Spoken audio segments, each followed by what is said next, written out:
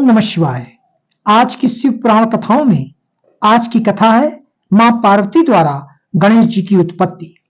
सूत जी कहते हैं, कुमार कार्तिकेय के उस उत्तम चरित्र को सुनकर नारद जी बहुत प्रसन्न हुए और प्रसन्नता पूर्वक ब्रह्मा जी से बोले, हे विधाता, आप ज्ञान के अथाह सागर हैं तथा करुणा निधान भगवान शिव के विषय में सब कुछ जानते हैं।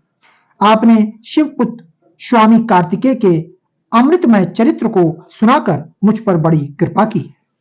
भगवान, अब मैं विघ्न विनाशक श्री गणेश के विषय में जानना चाहता हूं। उनके दिव्य चरित्र, उनकी उत्पत्ति के विषय में सब कुछ विस्तार पूर्वक बताकर मुझे कृतार्थ कीजिए। मुनिश्रेष्ठ नारद के ये उत्तम वचन सुनकर ब्रह्मा जी हर्षपूर्वक बोले, नारद, तुम गणेश उत्पत्ति की कथा सुनना चाहते हो? एतव तुम्हारी प्रसन्नता के लिए मैं तुम्हें उनके जन्म के विषय में बताता हूं। एक बार की बात है, देवी पार्वती की दो सखियां जया और विजया, जो सदा से ही उनके पास रहती थीं, उनके पास आईं और बोली, हे सखी, यहाँ कैलाश पर्वत पर भगवान शिव के असंख्य गण हैं। वे सदा भगवान की शिव आज्ञा का प्रसन्नता से पालन करते हैं।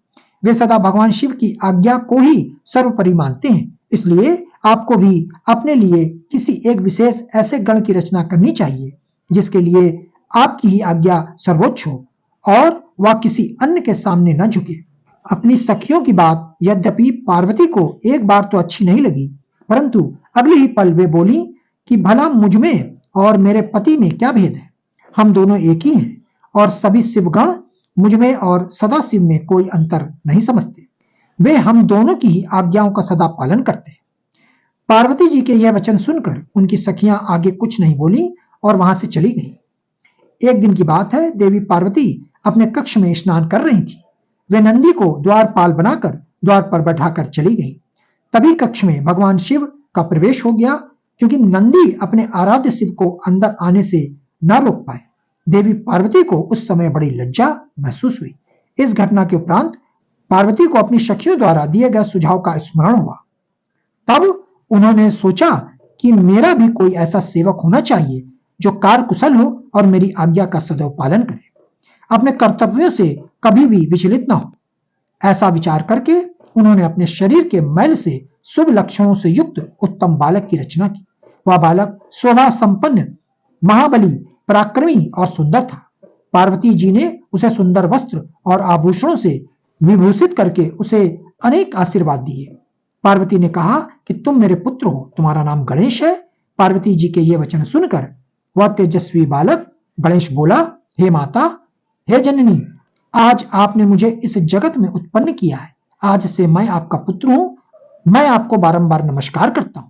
मेरे लिए अब क्या कार्य है, बतलाएं, मैं उसे अवश्य पूरा करूंगा। देवी पार्वती बोली, हे पुत्र गणेश, आज से तुम मेरे द्वारपाल बन जाओ। मेरी यह आज्ञा है कि मेरे महल में कोई मेरी अनुमति के बिना प्रवेश ना करे। कोई कितना भी हट क्यों ना करे, तुम उसे अंदर ना आने देना। यह कहकर पार्वती ने एक छड़ी गणेश के हाथ में पकड़ा दी और प्रेम पूर्वक उनका मुख चूमकर अंदर स्नान करने के लिए चली गई। गणेश सजगता के साथ हाथ में छड़ी लेकर महल के द्वार पर पहरा देने लगे। उसी समय भगवान शिव देवी पार्वती से मिलने की इच्छा लेकर महल में आ गए। जब वे द्वार पर पहुंचे तो गणेश ने उन्हें कहा, हे देवा, इस समय मेरी माता अंदर स्नान कर रही हैं, अतः आप यहां से चले जाएं तथा बाद में आए। यह कहकर उन्होंने भगवान शिव के सामने छड़ी अड़ा दी। क्योंकि गणेश जी ने भगवान शिव को पहले कभी नहीं देखा था, इसलिए उन्हें वे नहीं पहचानते थे। यह देखकर भगवान शिव को क्रोध आ गया और वे बोले, ओ मूर्ख, तू मुझको अंदर जाने से रोक रहा है। तू नहीं जानता कि मैं कौन हूं। मैं शिव हूं, मैं पार्वती का पति हूं और अपने ही घर में जा रहा हूं। यह कहकर जैसे ही भगवान शिव आगे बढ़े, गणेश जी ने उन पर छड़ी से प्रहार कर दिया। यह देखकर भगवान शिव को क्रोध आ गया। उन्होंने अपने गणों को गणेश को वहां से हटाने की आज्ञा दी और स्वयं बाहर खड़े हो गए। भक्तों, संपूर्ण शिव पुराण कथाओं में अगली कथा होगी शिव गणों का गणेश से विवाद। ओम नमः शिवाय।